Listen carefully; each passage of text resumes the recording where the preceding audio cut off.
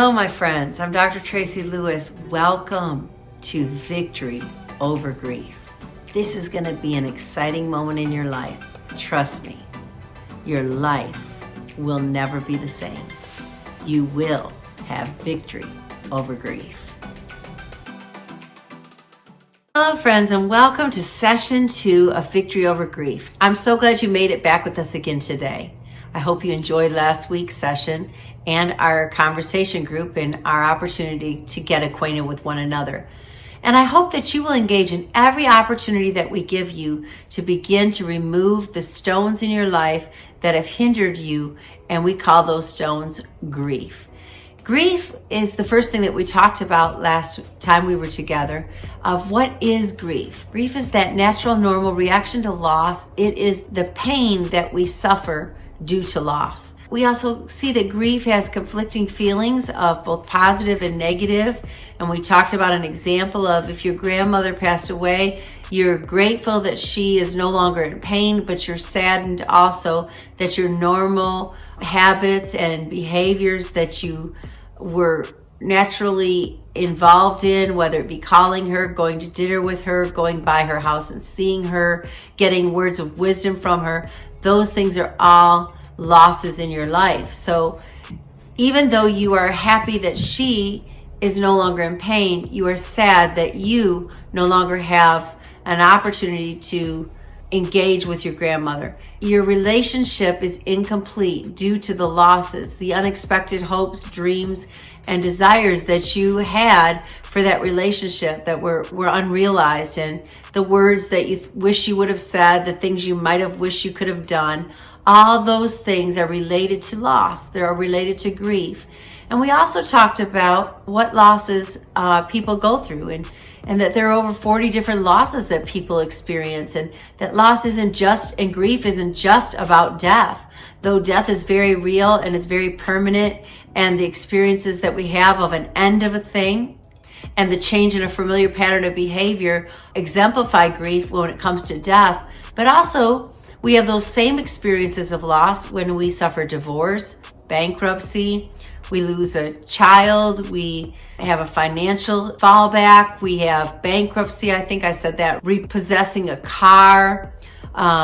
It might be that we sold a home or we moved into a new home, we went through graduation, we had an experience of loss in our level of health. And so we talked about those things and we discussed those things in our discussion group, but we also talked about them in our last session and defined what some of those losses might be. And I hope you were challenged to begin to look farther back in your life and of some significant events of loss in your life and how they've impacted you. And we're going to work through those things in our action process. And we also talked about a process. A process are the steps and the actions taken to get to a particular end. And so we have to take an action process to get to the particular end that we want, and that is to remove pain. The pain that was created from the loss and the significant event in our life, whether it be a traumatic event, whether it be seemingly insignificant to some people. We even looked at the relationship that we have with the things that we lost, and how we don't all feel the same thing, and we don't have a right to tell each other how we should feel, because our feelings are uniquely invested in the kind of relationship that we had with the person we lost or the thing we lost. So those kind of things help us to understand that we're not all the same. We can't put all of our losses in a big pot and throw them away. We have to individually take out and examine our losses, evaluate them, assess them, and begin to take that action process to remove the pain from our lives. We also discussed from our recent pandemic the multiplicity of losses that have come alongside with that: isolation, segregation, separation, businesses being closed down, being quarantined, deaths and not being able to attend funerals and births and weddings and all these other social events that we've been such a part of, and the lack of community activity, the lack of human connection, the inability to know what's coming ahead, and all those things are losses in our life, and They've been compounded through this pandemic that has been experienced in this past year. And we also pointed out that though every person goes through loss, and every person has significant loss, and those things that we generally deal with in Victory Over Grief are a series of losses that have happened over a period of years in our life. Not just the recent one. The recent one might bring to a head that our pot is full and we have pain to deal with. And we're going to talk about that in our next session. But also, we need to realize that during the pandemic that has taken place globally, and some of you are watching from other countries, and we're grateful that you've joined us on this journey. And no matter where we are, we're all the same around the world. We all have suffered significant losses. Some of you in third world countries have experienced astronomical losses in your life. And I'm so glad that you're joining with us on this journey, because you need to be healed and know how to remove the pain from the losses that you've suffered. I've had the opportunity to travel in many different countries, and I've seen firsthand the kinds of losses that people suffer and the kinds of situations and living conditions that people go through and all those kind of things. So I have a heart of compassion for you, and I want you to be able, even things that are culturally have happened to you that are really genuinely a loss against your humanity in so many different ways. I want you to heal from your pain. And in those things that we looked at as a global pandemic, and we looked at all those situations, and we realized that all the losses that people experienced in this past year were multiple in number. We didn't just experience one event, a pandemic. We experienced the death of loved ones that we didn't expect to die. We thought we'd have around for a very long time. We didn't expect to be restricted to our homes and to lose jobs and to have an economic crisis and strain, to go through and suffer from many racial discrepancies and problems. We didn't expect the anger of our society to heighten. So many different losses that we've had and so many different things we've experienced. Unemployment and food shortages and supply shortages, and having to convert our life to so many things virtually, even this seminar being one of them. And so there's a lot of things that we experience loss in. I'm experiencing loss right now, even while doing this virtual seminar, because I would love to be in the very room with you. But I hope you know, if I could be, I would be. And this might be God's way of reaching masses of people that I wouldn't be able to reach in that individual room. So I'm grateful today that even through the pain and the loss that I'm experiencing from that, there are greater things that are being done and good things that are being done even from this event. These are some of the things that we talked about in our last session. And we talked about defining grief and defining our losses. And we began to investigate and put a magnifying glass to our own personal life and find those things that we've really suffered and we haven't addressed. And we talked about also that if we don't address those things, they will come into other areas of our life, and we will have other issues arise that we didn't anticipate or knew that they were even connected to that loss that we had. Whether it's depression, whether it's suicidal ideations, whether it's anger and resentment or bitterness. It might be insecurity or fear. It could be a mental illness from the trauma that we suffered. It could be PTSD. It could be any number of different things that we might have as other issues in our life, broken relationships, inability to communicate, inability to fellowship with other people freely, living in places of eating disorders and cutting and all these different things that arise, addiction, alcoholism, sickness in our bodies. All these things arise from unaddressed pain, unaddressed wounds. And so I want you to remember that as we go into today's session and we begin to look at some of the things that grief is not. One of the first things I want to talk about that grief is not is sometimes how we manage our issues, and we work on different things. Like, say we went through, and some of you have experienced this recently, the death of a parent. And we begin to manage the funeral and the all of the arrangements and notifying everyone about our loss. And then also maybe we're in charge of the estate of our parent and we're maneuvering through those things. And all those things are important, and all those things seem to take precedence to us when we suffer a loss. But the other thing that we have to recognize that goes untreated, that goes undetected, and it's kind of put on the back burner, is our own emotional health and how we navigate through the pain of that loss.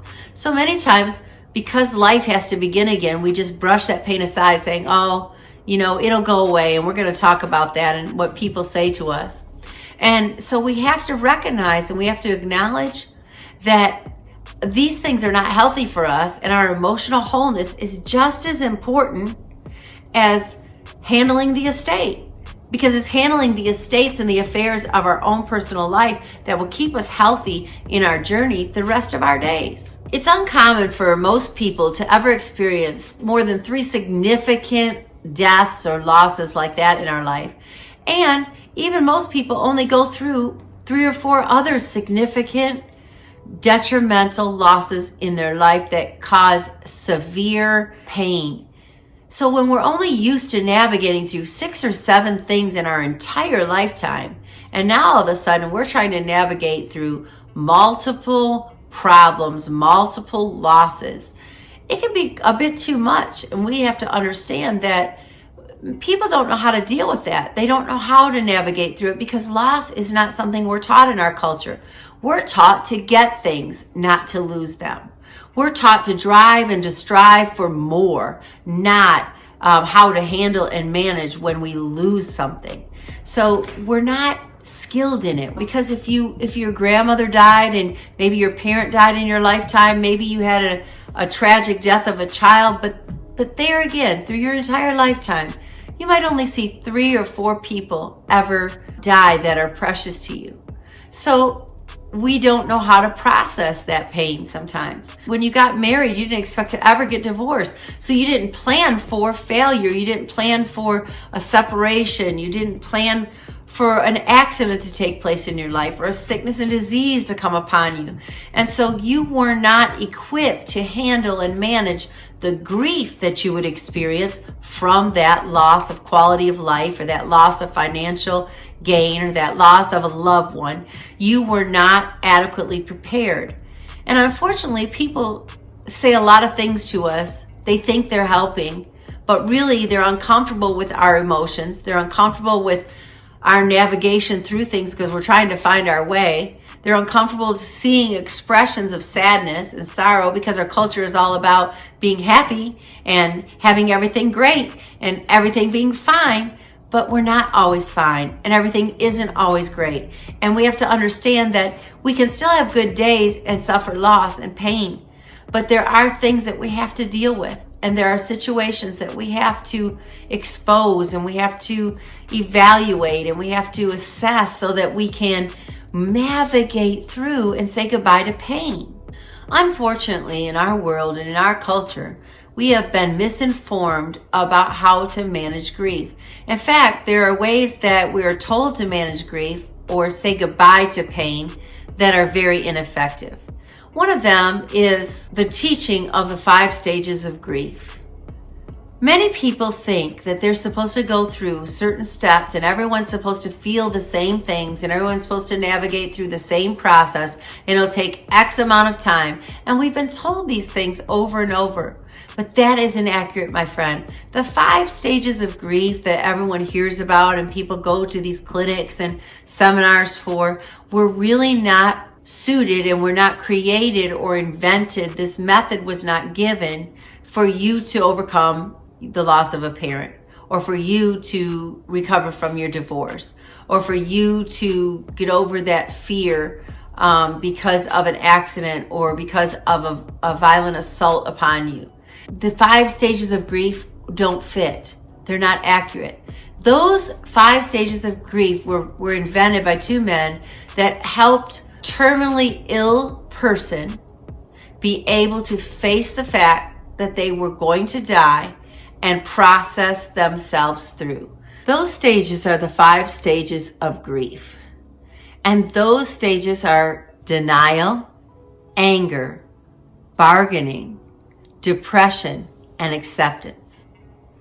Now picture yourself as a person who's gone to the doctor and you've been diagnosed with stage 4 cancer.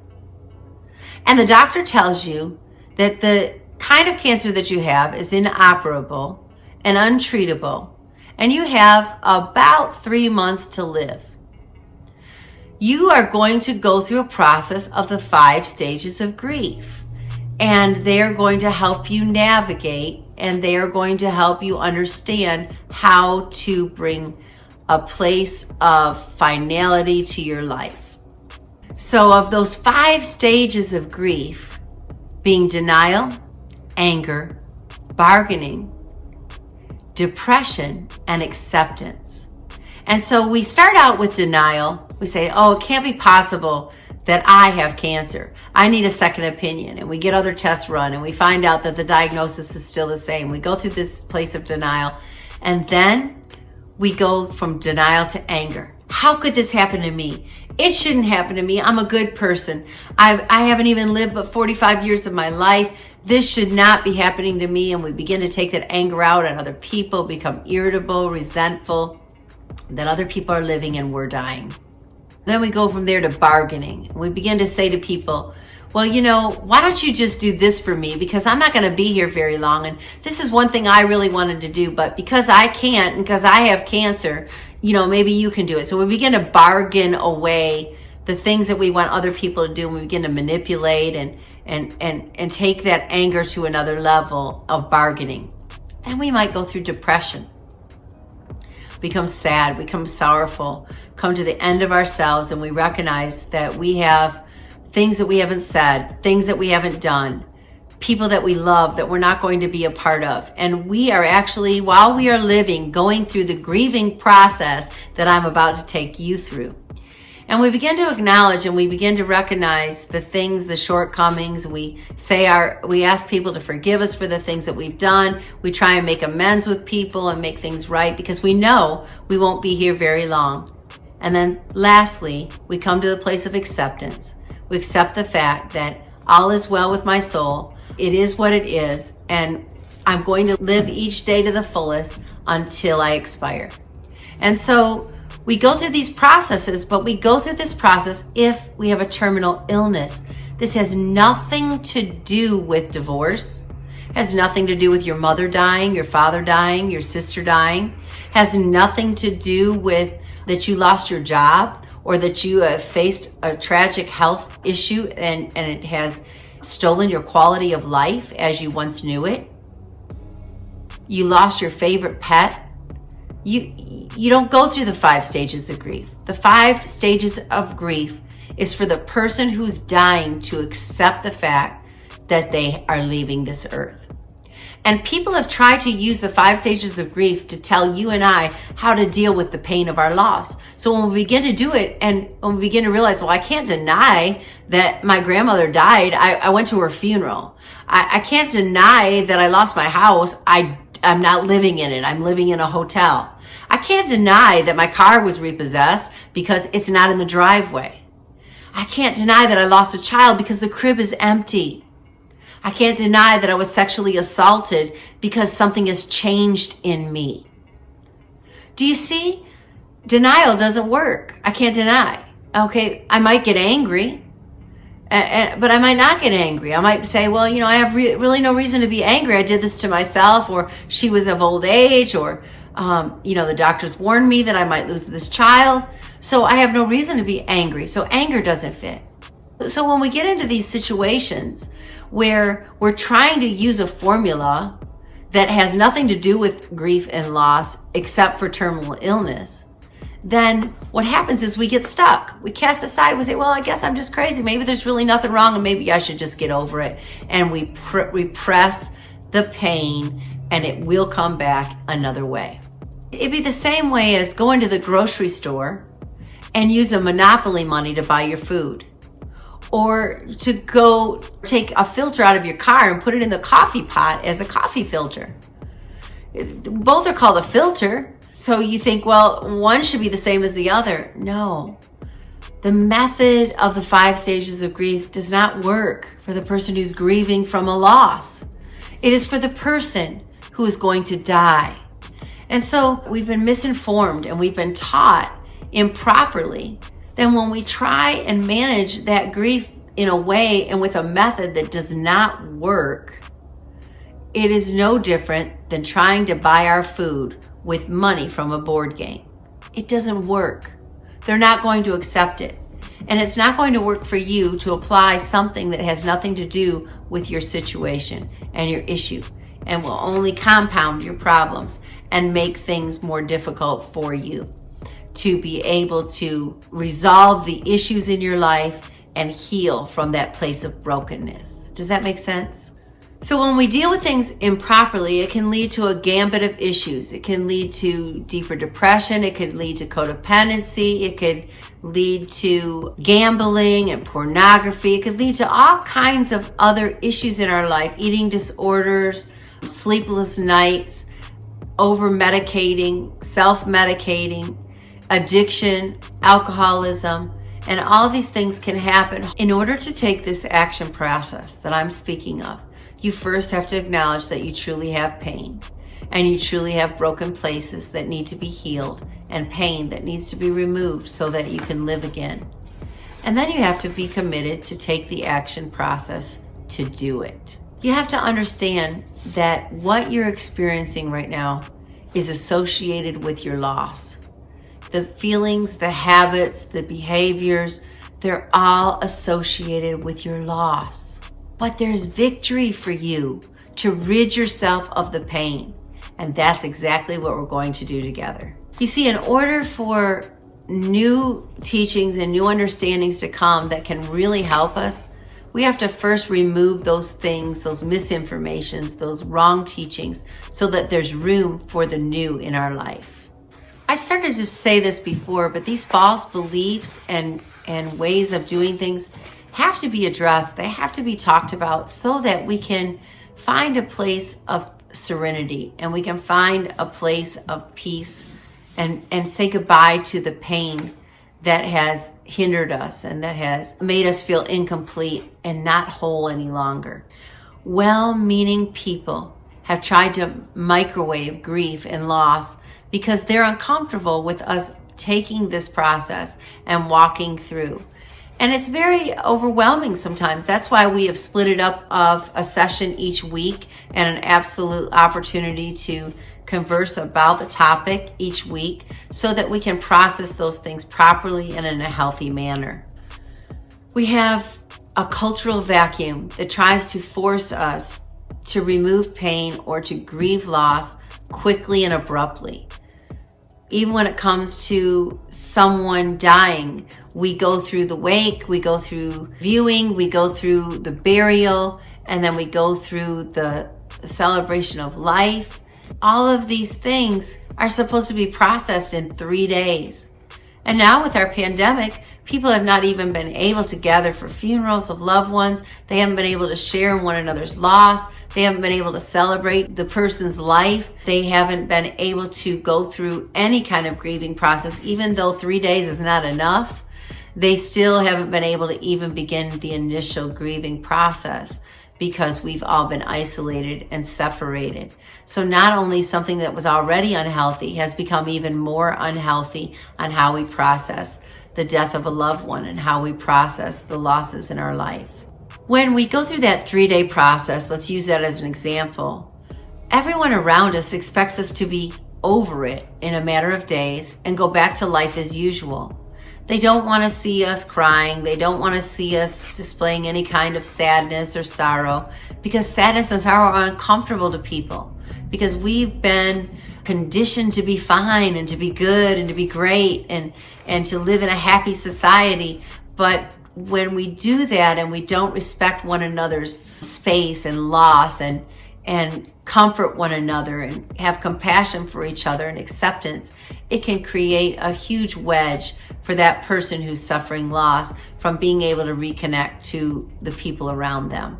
We've also been misinformed that grief is a spiritual issue. Grief is a spiritual problem. Loss and grief are not spiritual. They are not mental and they are not physical. They are emotional. The pain that we experience is an internal pain, an emotional connection that we have, an emotional relationship that we might have to a specific item or person that we've lost.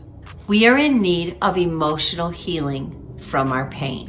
One of the saddest things that happens is that people equate however they deal with their loss to us. They might say, here, eat something, you'll feel better. You'll get another car, or you'll get another house, or you'll get another spouse. You'll have another child. And they make us feel like we should not grieve that loss, but we should just look forward and say, well, something will go better. Get a hobby, go and do something. Just get your mind off of things. And, in a little while, you won't feel it anymore. Why don't you just go somewhere quiet and just spend some time alone? Maybe that will help you. And people use all these different ways to try and navigate us through our loss and our pain that are of absolutely no use to us. For example, if someone tells you, well, it's just going to take some time. If you had a flat tire and you were on the side of the highway, would you just sit in your car and say, well, it'll just take time, but sooner or later, the tire will be okay, and then I can go on. Well, that's what we're doing with our life. That's what we're doing with our emotions. Well, if I just sit here for a while, or if I just don't think about it, or if I just wait a while, surely the pain will just go away. Pain doesn't just go away. It has to be removed. It's litter, it's debris, and it has to be removed from our life with an action process. We hear misstatements like, don't be sad, don't feel bad. These are things that force us to bottle up inside of us the loss that we've experienced. And even that place, well, you're going to be okay. You're going to be okay. Hey, you're going to be okay. It's all going to be okay. It isn't going to be okay if you don't tend to the wound in your life, my friend. And another thing that people will say is, you've got to be brave. Other people need you to be strong. You're going to get through this, but just, keep your eyes focused on the kids, or keep your eyes focused on the fact that you'll get something new and things will get better soon. This too shall pass. Those are all intellectual comments for an emotional pain. We can't solve problems by covering them up. We can't remove pain by leaving it in the place and hoping it'll go away.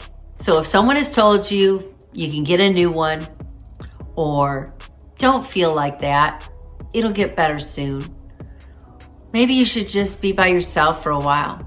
Maybe you should pick up a hobby. Here, eat this. It'll make you feel better. Then you've probably been given some very poor advice when it comes to managing and grieving and emptying your pot of pain. Also, we know that there's so much pressure about showing emotion in public and to people around you. It makes people feel uncomfortable. Have you ever had somebody say, hi, how are you doing? And you really want to say, I'm not doing good, but you say, oh, I'm okay.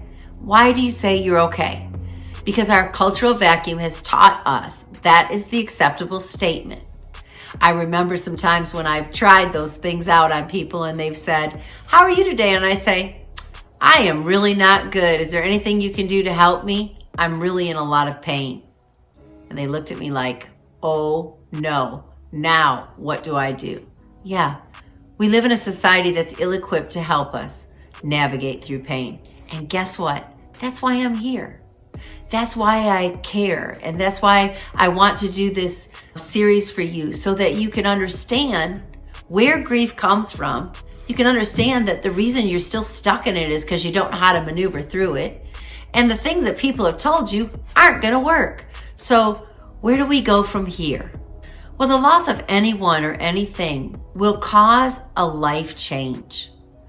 An end of a thing, a change in familiar patterns of behavior will take place, and then you will feel the sting of the loss. So we need to take action to figure out how to fix and how to heal our unfinished emotions. That's what they are. Grief is just a story left unfinished. We must invest ourselves in this victory process and recognize that other people don't know how to help us, even if they wanted to. or they're uncomfortable with doing it because it's too much for them to handle. They can't assist us properly in our loss, in our relationship with our pain, because they didn't have the relationship. We did. They don't know how it feels. We do.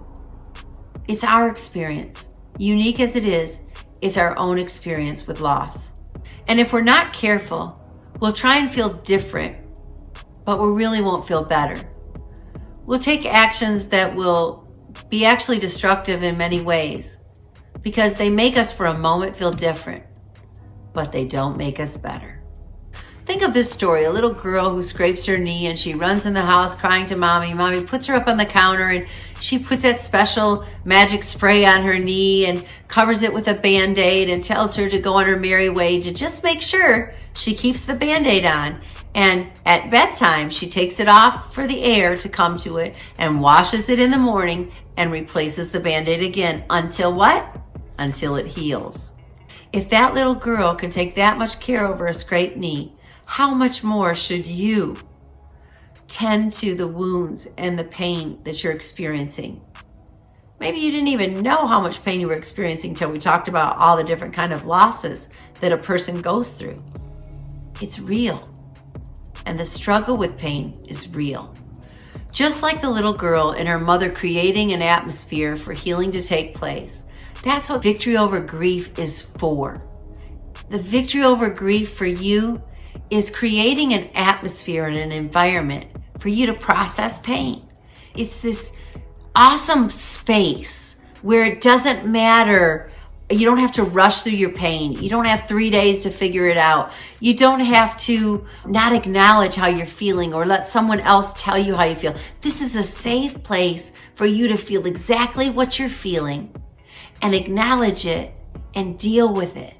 I'm excited for you because victory over grief is on the way for you, my friend. Just remember today, if you take anything away from this session, is that grief is not permanent and grief is just pain that is unfinished. That should help you to realize that all you got to do is finish it to be able to have victory over it. And that, my friend, is so true. People have fear of other people's reaction to their loss. But in this space, you don't have to worry about what anybody thinks or how anybody feels about it. It's a safe place. Do you hear me? It's a safe place. We aren't going to use intellectual comments to put a Band-Aid over your grief and hope it goes away. We're not going to tell you just go get another pet. Just take some time. You'll get over it. We're not going to tell you how to feel. We're not going to tell you someone's in a better place now and they're free. We're not going to tell you you'll find someone else to love or you'll have another baby. We're not going to teach you to replace your losses with something else because, my friend, it doesn't work. These answers that I just spoke to you bear no assistance. They do not remove pain, and they only compound your problem. They redirect your thoughts, they redirect your emotions into something even more destructive at times. Just remember, healing is the absence of pain, remorse, and regret. It's also the absence of fear. You wouldn't believe how much fear is about to be removed from your life when you deal with the pain and the problems that you're facing. So let's talk for a moment and review what we've learned today. We learned that grief is not the 5 stages of grief. It is not the plan for us to use. People cannot tell us not to feel bad, to replace what we lost with something else, that it's going to take time and not to feel bad and that it will be of any help to us. People will give us intellectual statements because they don't know how to manage pain or loss. In our next session, we're going to talk about 2 main things that make it necessary for our pain to be resolved so that we don't have other issues in our life. And we will also identify our own individual needs and voids in many areas of our life. We will ask the question, where does grief stem from? What's the root of our problem? What is the root of our pain? Why are we hurting so badly? We know that grief and loss are the inability to communicate the experience that we've had, the intensity of pain that we feel, and to communicate those things which we wish we could have said or could have done, or the unmet hopes and expectations and dreams that we once had that will never be realized. Grief is the end of a thing and a change in a familiar pattern of behavior. We're incomplete in our grief when we haven't worked through these things. Loss is the result of our outcome, but there are many roots that are attached to the tree that need to be addressed before we can be totally free. I hope today has helped you in identifying what grief is not, and the things that people say and the things that people do, all because of a lack of knowledge and inability to communicate properly what you need, and the cultural vacuum that's around us that tries to process pain quickly and loss quickly and doesn't identify the true needs and the true issues that we have. I hope that you understand where your losses are and you've located those now. And we're going to talk about the steam in our pot. And when our pot gets too full, what begins to happen is steam. And we're going to identify what steam is. We're going to identify the fire and what the fire causes to the pot. We're going to identify the stones that are in our pain pot. And we're going to begin to take action toward understanding what can happen if we don't deal with our loss. So next week, come into the session expecting to find out what will happen if you don't deal with grief. Because it's serious. I'm telling you, it's very serious. At the end of the week, we're going to come back on for our conversation and talk about today's session and discuss with one another more things about what we've learned. So I hope you'll join us, and we'll send you an email identification to be able to get onto that link and be able to join us in that conversation. It's been great to be with you today. And as you're in this journey of victory over grief, keep your eyes open, keep your eyes fixed, knowing that the more you know and what you know will make you free. And so just continue to stay strong in this coming week and take hope today, knowing that you've at least first identified what grief is. You've identified that you have pain from the losses that you've experienced.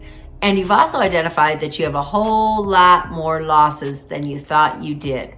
You've also identified how not to treat your grief, how not to fix it, and what other people try and do to fix it that is also inappropriate and unhelpful. So I hope that this has helped you today. I look forward to being on the chat with you, and I pray that you have a wonderful week and that this particular session has opened up your eyes to more things as we take the journey in victory over grief. God bless you.